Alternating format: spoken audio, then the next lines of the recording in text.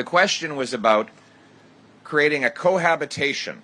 This is the latest Orwellian terminology that the radical, wacko, bloc liberal politicians like Plant and Trudeau are inventing. And what they mean by that is that kids should have to cohabitate with people who are using crack, heroin, cocaine, and other hard drugs in their play parks like this. This is total wacko.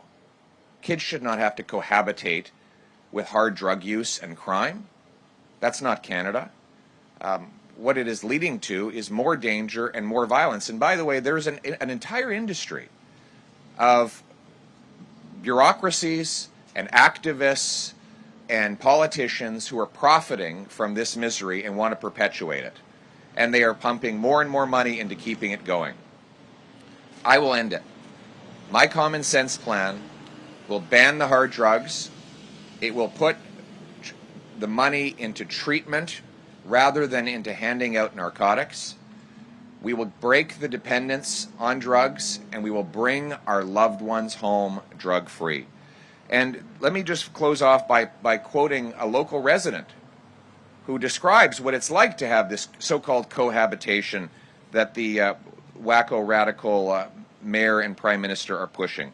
This is from Michael Mackenzie, Canadian Research Chair in Child Wellbeing and Professor of Social Work and Pediatrics at the University of McGill.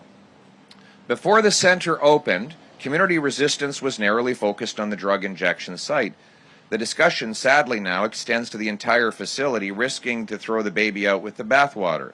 There is no evidence in the literature I have read that commingling transitional housing with a supervised injection inhalation site is a prudent move in supporting recovery of those newly housed.